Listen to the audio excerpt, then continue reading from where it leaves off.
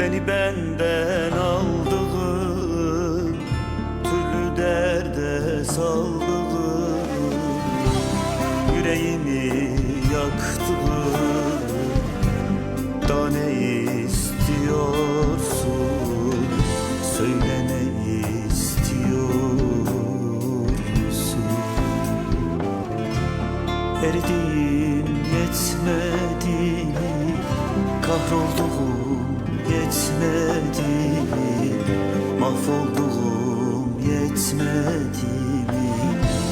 Daha ne istiyorsun?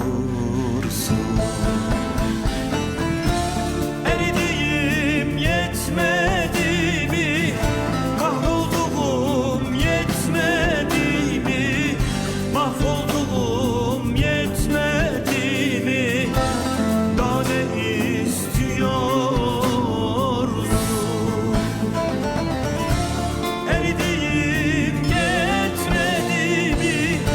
Kahrolduğum yetmedi mi? Mahvolduğum yetmedi mi? Daha ne istiyorsun?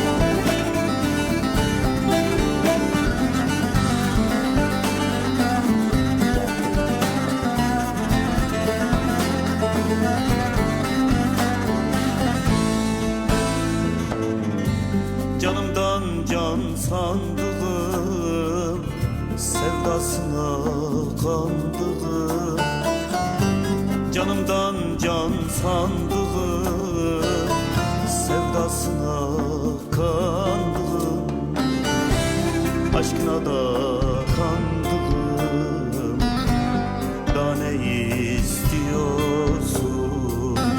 Söyle ne istiyorsun? Eridiğim yetmedi mi?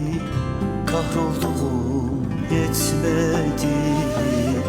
Mahvolduğum yetmedi mi? Daha ne istiyorsun?